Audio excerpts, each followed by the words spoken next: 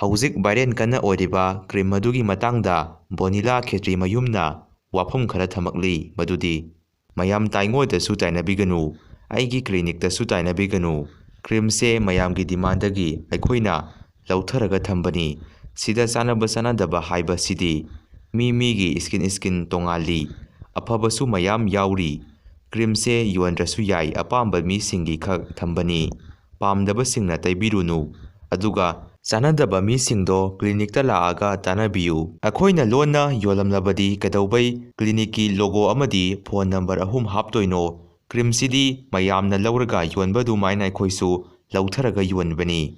Phone number hapido mayamgi sanadaba singi tananabani. Nungaitaba leirasu kon tawbirao haina asumna phongdorokli. Yamna nungaitaba thaudok amada lairen sajik kadangbanda lau sangam mama Meina Tumna Thadokpiramle hairi.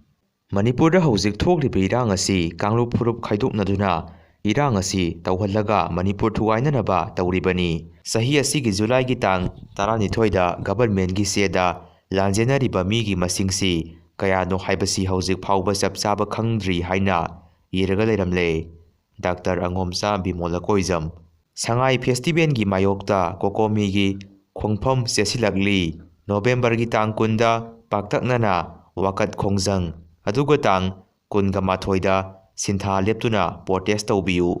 Pakistan da ISIS Khorasan gi senior commander Burhan alias Zaid sakhangdaba khulai paiba mana kaptuna hatoklame.